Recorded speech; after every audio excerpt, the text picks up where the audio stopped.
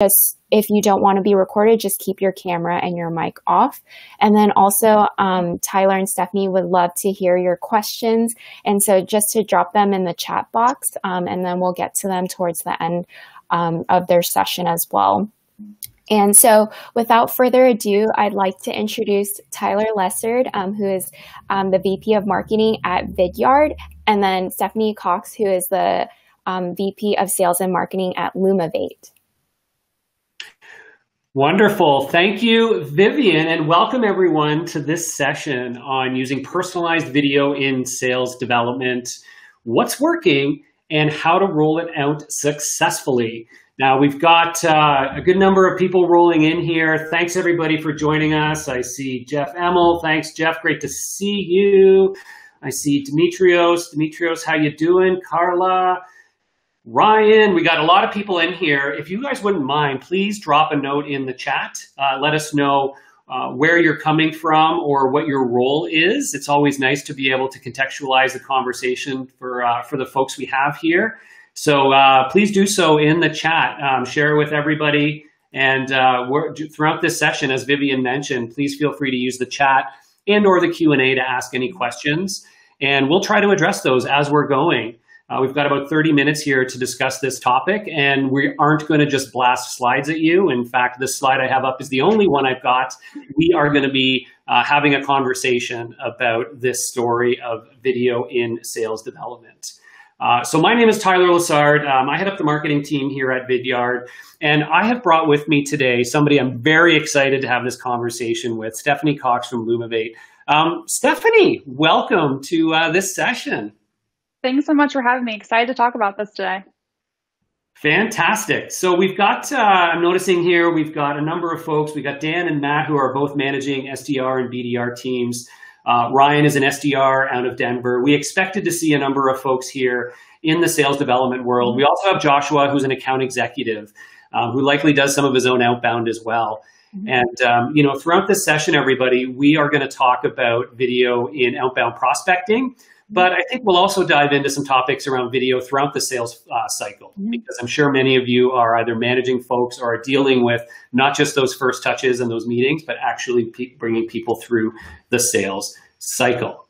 So we're going to hop right into it. And Stephanie, you know, before we get going, I've been on sessions like these where we dive right into talking about using video in sales before people, I think, actually have a grounding on what are we really talking about? You know, are we talking about recording videos out on YouTube and doing things? And so I just love for you to give a little bit of background on what like video in sales means to you and how your team got started going back a couple of years.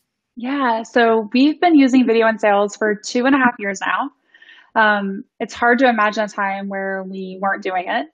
But for us, it all started with a crazy idea. And if you talk to anyone that's ever worked for me, I have a lot of them. So one of them was, how do we create with, you know, prospecting? You know, we're doing the typical stuff, calls, emails, and how do we stand out? And we market to marketers who by nature are very cynical. So, right, we are doing the same thing that we were getting. And so I had this idea of what if we started using video? And we actually created personalized videos. So instead of just sending you an email that is a template that everyone else was doing, or writing a personalized email, what if we did something different? So this started out in, early 2018. And I told the sales team, pick 20 accounts. We're gonna do personalized video. We'll write the scripts. I just need you for a couple hours to record them. Right. Now, my fault. I gave them like no boundaries. So of course they were like, what about Starbucks and Walmart, and insert like every other large, ginormous company on their account list. So that's where we started. So next time, if, or for any of you that have not done this, don't just be blanket, give them parameters. So we started and actually did a ton of research on those companies and who we wanted to contact there. And then we wrote scripts. So what we did with each of them is we dove into that person. So I didn't want to just talk to, you know, the person at Starbucks we wanted to get a hold of and write some generic script. I wanted to know, you know, what do we know about them? What do they talk about on Twitter? What do they talk about on LinkedIn? Have they presented at conferences? How do we do something that shows that we put time in to actually find out about you and we want to talk to you, not just your company? And then we had the sales team record them. So we like hold them up in a conference room for what felt like an entire day, might have been longer, to record these like 20 videos that were about, 1 minute, 90 seconds each. And it probably took 20 and 30 takes per video. It was really, really painful. Right. We got done Friday afternoon. It was around 3:30. And this project, it took about a week from the research to the script writing and the recording. And I was just ready to get it done. So we posted them on YouTube as unlisted videos, took screen captures of like their little face, and they were holding up a printed sign that said the person's name on it. Right. And sent them out via email. Now, normally you don't do that on a Friday afternoon at 3:30, but I was just like done. And by Monday, we had booked like 4 meetings. So quickly, the team that thought I was crazy for wanting to do personalized video, I had the VP of sales going, wait, this worked. Right. This worked really well. Like for the counts I took, you like laughed at me when I gave them to you. So that really started like this catalyst for how do we do this at scale now? How do we start thinking about doing truly personalized video? And I think 2 things that stood out for me from that first experience was I didn't have buy-in when I got started. They all thought I was absolutely crazy. Right. So got them to do it. And then, no one was sure it was going to work. And then the next question out of it was, how the heck do we scale this? Well, we could only do this for a handful of people. And I was like, I don't think so. I think we could do it for everyone. I think we should. And that kind of took us on this journey that we've been on over the last 2.5 years to really make video a fundamental part of not just our prospecting effort, but our sales process, how we engage with customers, and really just everything we do at Lumavate. Yeah, it's a great story of how you got started. And I know our team was actually fairly similar going back a few years, 2017, 2018, really when we saw this stuff starting in the sales world for whatever reason it is. And I remember years ago when our team would do something similar, they would record a video sometimes in, QuickTime or something else. They would do a screen capture of the thumbnail image, or they'd make one themselves, and they'd go through this process. And again, it was, they do it maybe once or twice a day at most because it was very tedious, but it always worked, right? They kept getting great responses from it, which I know then our team, that was actually one of the catalysts for us building the tool that we did in Vidyard to simplify that process. So, if you fast forward a little bit, can you talk about how your, sales team is now using video as part of their outreach? Yeah. So really, if we think about the transition from that, we started with about 100 prospects next and still did the same painful approach, and that didn't work. I mean, it worked well, but it was really painful. And then we invested in technology, and we happened to be a Vidyard customer for a long time now. But what we started doing then was saying, let's make this part of the process. So, initially I really helped the team like sidestep it in. So first we'd write scripts for the SDRs, right? We do the marketing team would do the research, and the SDRs or the sales team would use the scripts. Right. And then we started realizing they didn't really need that, but they needed confidence, right? So they weren't used to it. They wanted to practice. It still took a lot of time, and they just started getting good at it. So once you do about 100 videos, and there's no rhyme or reason to this number, but we found it's about 100, you stop worrying about the on camera. You start thinking about the times that you said or where you stumbled for your words, and you realize I just am talking to a person. And so how do I just talk to a person? So that really helped. And then the next part was around letting them write their own scripts, but not using scripts and just ad-libbing. You know why you want to talk to someone. You're doing all the LinkedIn research, all the Twitter research yourself when you do your outreach, if you're doing good personalized outbound, which our team was already doing. So then they just started talking to them like a person. And that really started becoming part of that process. So right now, as we think about like our cadence, we do our first outreach, which is always call, voicemail, usually voicemail, right? Then email. And I hate to say this, but sometimes I call it our throwaway because a lot of people don't engage off that first outreach. Yep. But then our next one is always video. And it's always 100% personalized. And so little things that we do that I think make it stand out is we typically like to do printed name cards versus whiteboards. It just shows another level of personalization. Sometimes if we're talking to a specific company, if it's a sports team and one of our SDRs liked that team and happened to have a jersey, they'd wear it. Or one time we were trying to prospect into a well-known soup company, we had someone, whiteboard an illustration of their products that was in the background, just little things like that that show like we've taken the time.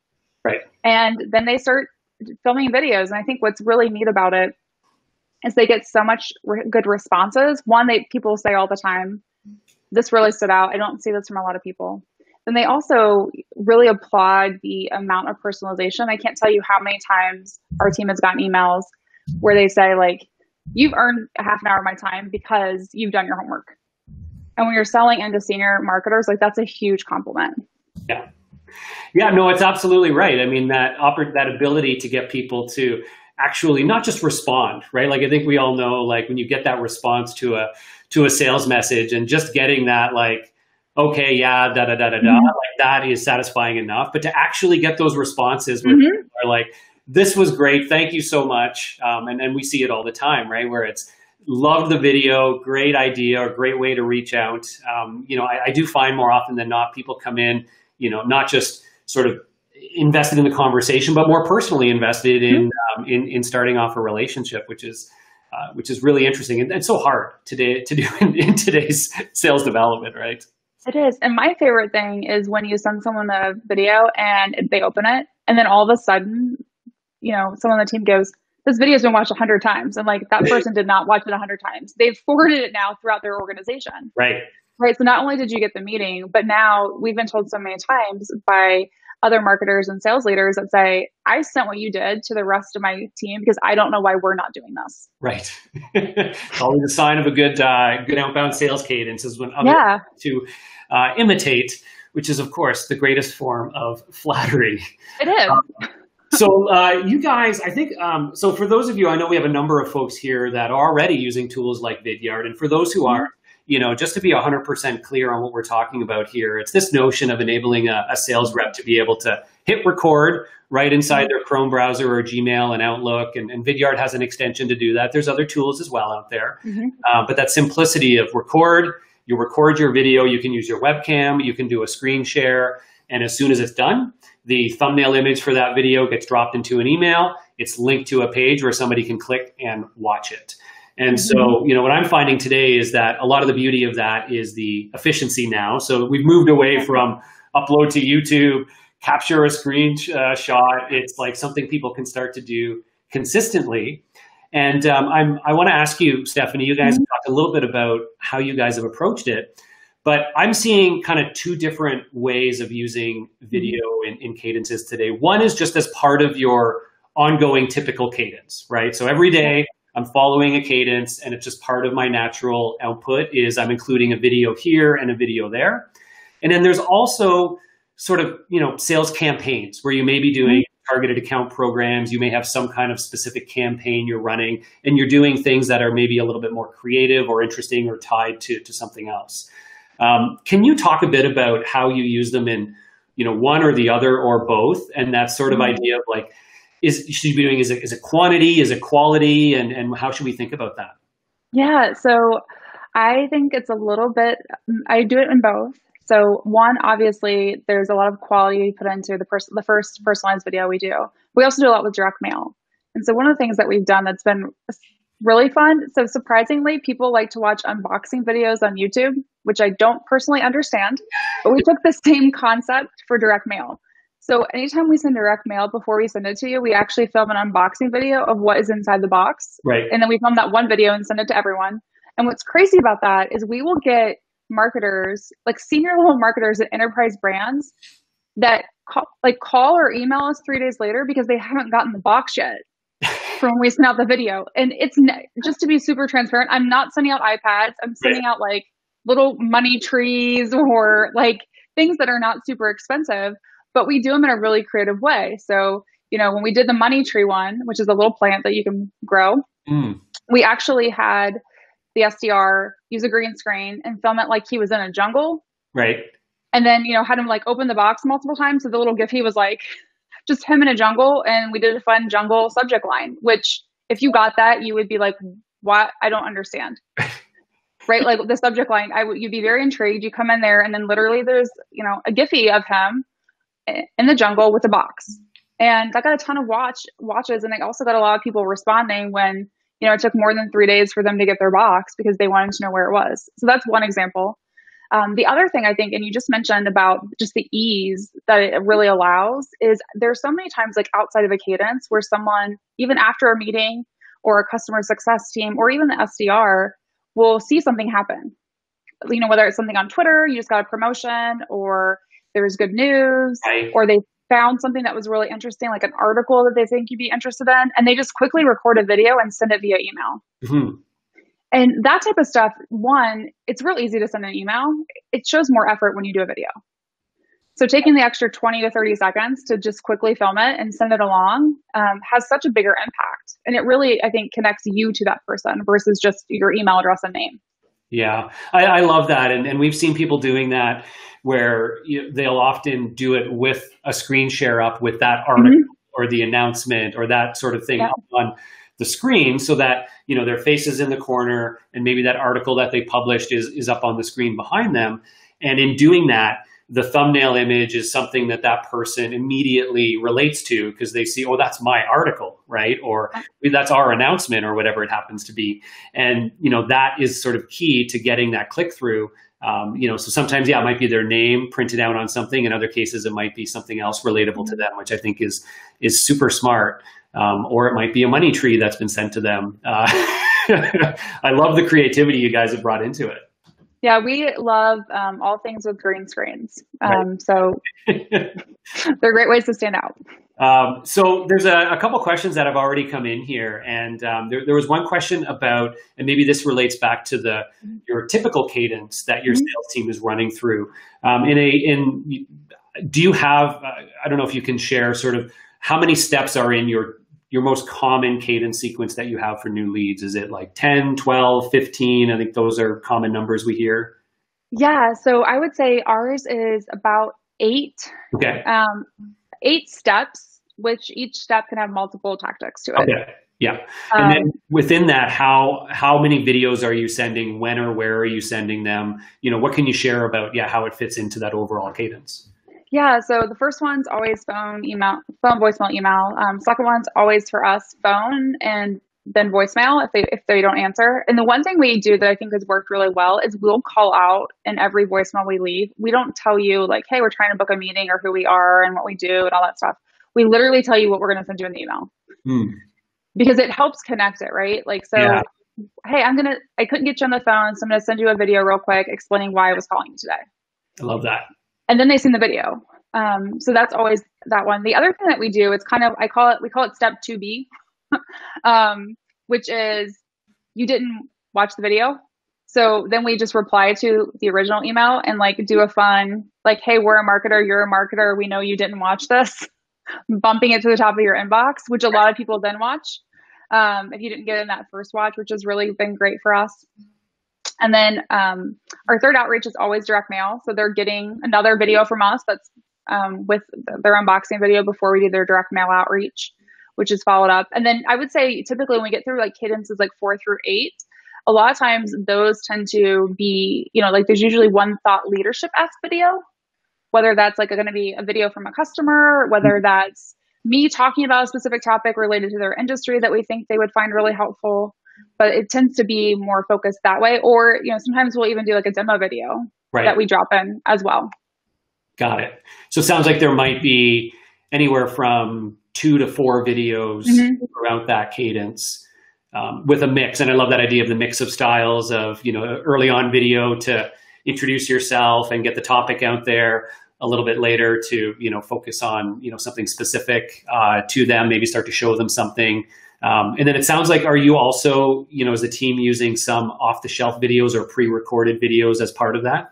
Yeah, we do. So we have a number of like thought leadership videos that are kind of in our little bank that they can pull from. Right. We also do we did a whole, like almost 2 years of Whiteboard Wednesdays, which are these quick little 1-minute animated videos. So they have a whole library and video they can pull from those as well. And so I think like the thing that's nice about it is we script out a number of videos that are included, some of which they create, some of which are already existing. But then we also have this huge library of other videos they can pull from any time. So if they notice that someone on LinkedIn is talking about something, a lot of times you'll see them send a LinkedIn message and like include a link to the video.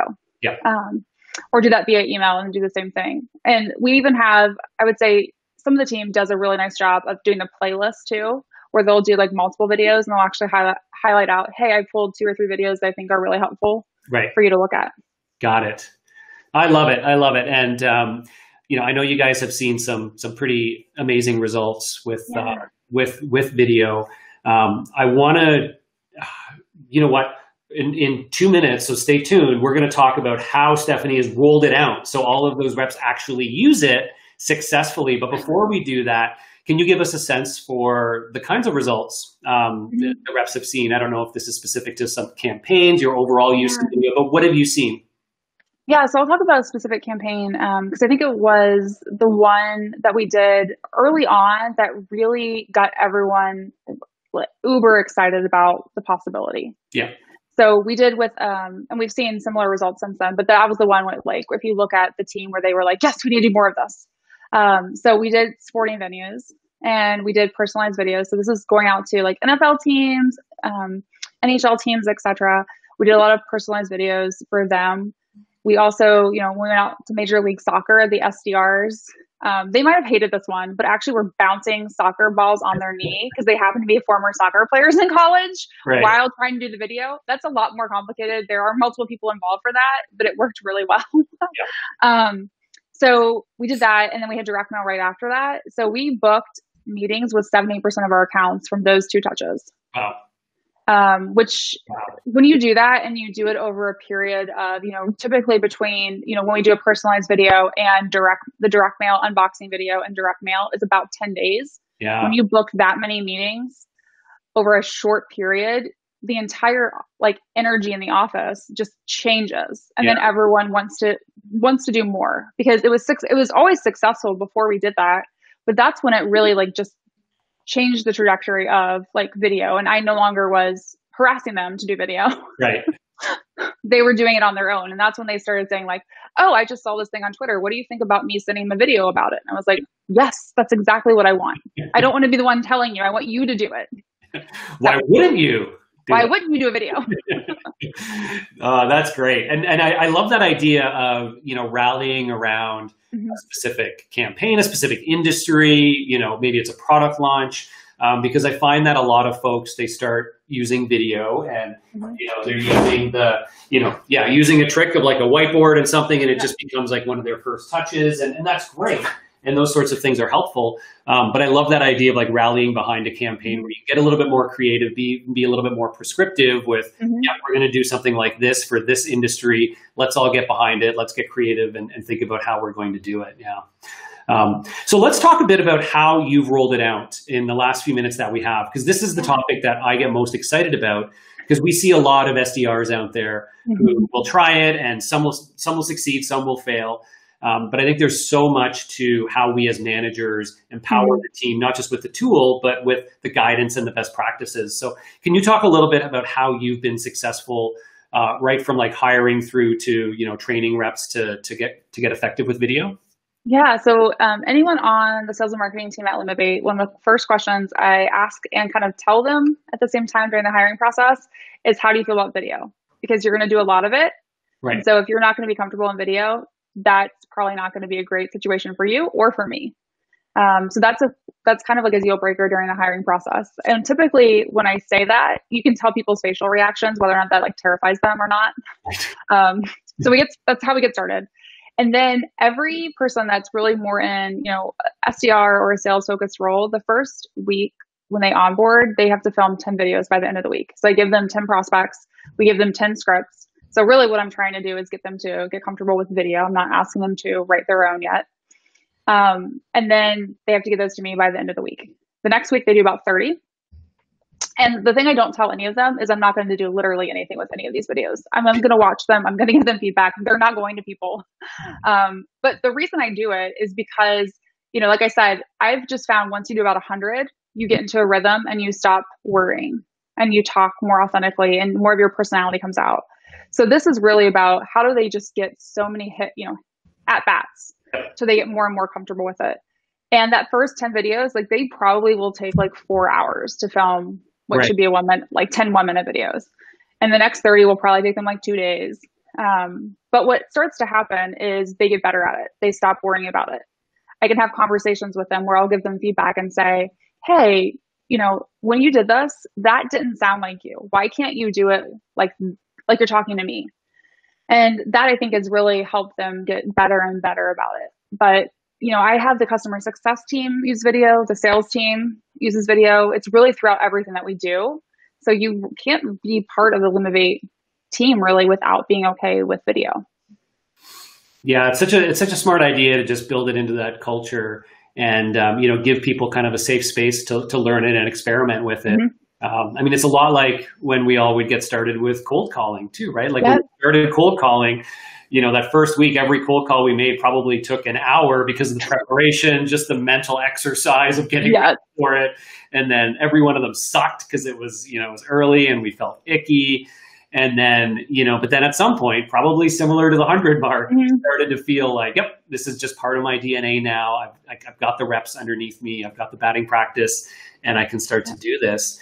And I think a lot of people miss that when it comes to things like video, because we just, we assume, oh, well, it's just add it to what you do today, as opposed to really giving people a chance to learn it and get comfortable before they go out. So I think that's a great piece of advice for all of you out there is, if you are hiring new reps, if you do plan to use video, make it part of the hiring process. And then to your point, as they do get onboarding in those first few weeks, or even existing reps that you're rolling out video with, I love that idea of using it almost internally first. Did you actually create like assignments for like, send me these 10 videos, these 30? Did you create like a template for what those videos are supposed to be? Or did you leave it open-ended to let them do what they felt? Yeah, I actually sent them scripts. I gave them 10 people, 10 scripts, 30. It's the same 10 people that I do all the time, the same 30 people that we've done a long time ago, and had them do it like they would if they were prospecting into them. And they thought those people would literally receive those. They did not. Right. Only I saw them. You go back and say, we just closed a huge deal because of that video you sent. Way to go. Way to go, right? There might be a couple of people that have sent created videos for the same person right. over time. That's great. I love that. And is there anything else that you've learned as, or from the reps or yourself with respect to, how to get those who aren't necessarily feeling it, they're not jiving with video? Are there other things that you've done to help them be comfortable, to help them be successful with it? Do you like block off times in their calendar so they can focus on it? Do you encourage them to find a quiet space? Or are there other tips you've got for how to help your reps be successful? Yeah. So when everyone gets started, typically we would book a conference room or give them a private area to work on video. Cause it's kind of like cold calling when you get started, like you mentioned, you're more in your head about it than anything else. Right. So giving them that capability. I think what the struggle with that though, is people then want to go into a quiet space to record all future videos. And in reality, I think there's a lot more authenticity when they can see you sitting at your desk, people walking behind you, and I'm doing my job. This is not some big production. I just want to talk to you. So we have, I think, seen a little bit of a struggle with that transition back. Right. Yeah. And do you, there's a question here from Dan, which I think is a great question, is are you setting any specific KPIs in the team around video, or, are the KPIs purely the performance metrics and you're trying to get them there with video? Yeah. So I would say like performance metrics is where we got started, but we do look at, number of videos sent every week, percentage of them watched, and track that stuff, because I think it's really helpful to show them, because sometimes, you might go through a cadence where you film 20 videos and only 5 of them get watched, which when you do the math and you go, well, what was your email open? I always tell people, what was your email open rate? So only that number could actually have watched your video. But it helps people then start to see a bigger picture, like, oh, okay, this is actually making a really strong impact on the business. And then we obviously, we have a Salesforce integration with video too, so we can see all that data in Salesforce and see those reports as well. Right. That's great. That's great. And a follow-up question, which I had as well, is then, so where are your reps at now in terms of, on average, what are they doing, or how many videos are you expecting them to do in a given day or week? Yeah, I think it depends a lot on whether or not they're doing like an active campaign or not, and how many people. So, we've had some months where, I might have an SDR, we're out prospecting to 300 or 400 people on average. They're in some sort of cycle where they're doing that many or more videos per month. Yep. Honestly, which sounds crazy when you say it, but it's really not once you get good at it and you do these quick 1-minute videos. Yeah. And we also have times where they're more, when we do more strategic accounts where we send less videos, but they're like volume wise, but they're much more in depth or, just different. Yeah, that makes a ton of sense. And a lot of people get intimidated by, oh, it's going to, how many videos can I create and is it inefficient? But again, I think those two things to come back to are, number one, again, can you see the performance from the videos where, again, maybe one video does equal, 8 to 10 emails or phone calls in terms of the conversion rate. So it is worthwhile to put that effort in. But the second thing is to remember that once you get good at it, it can very much become just as quick to record a video as it is to type out or customize an email. Exactly. And that practice and again, getting your reps in and getting to that point where, yep, I can hit record. 45 seconds later, I'm done and it's sent, and we move on from there. So we are at the top of the time now. It flies by so quickly when we're talking about things like this. I hope you guys walked away with some very tactical ideas about different ways to be using video in the sales process, as well as how you can manage the rollout to your team to be successful. I love the ideas you shared around both video in your common cadences, using it as part of campaigns, and then onboarding people by giving them a chance to get comfortable with video, get those 100 videos under their belt before they're expected to be out there actively pitching with it. Lots of little things like that. So for anybody who we didn't get a chance to answer your questions, please feel free to connect with myself and Stephanie online. You can find us both on LinkedIn. I think our info is somewhere in the Visible platform. So hop on over to that. If you do want to learn more about Vidyard, we have a booth session happening in 1 hour's time where you can come and chat with some other folks from Vidyard and check some things out. And any of you that aren't using a tool like a Vidyard today, just go to vidyard.com/free and give it a whirl. You can get started for free and get your reps trying out video. Start internally, see how they like it, take it out and for a test drive and see where it takes you, and let us know if you need any help. So with that, Stephanie, thank you so much for taking the time here to share your story, share your ideas with the folks here at Tenbound. My pleasure. Thanks for having me. All right, folks, we'll wrap it up from there. Enjoy the rest of the event, and all the best in your selling and video selling efforts. Take care, everyone. Bye, everyone.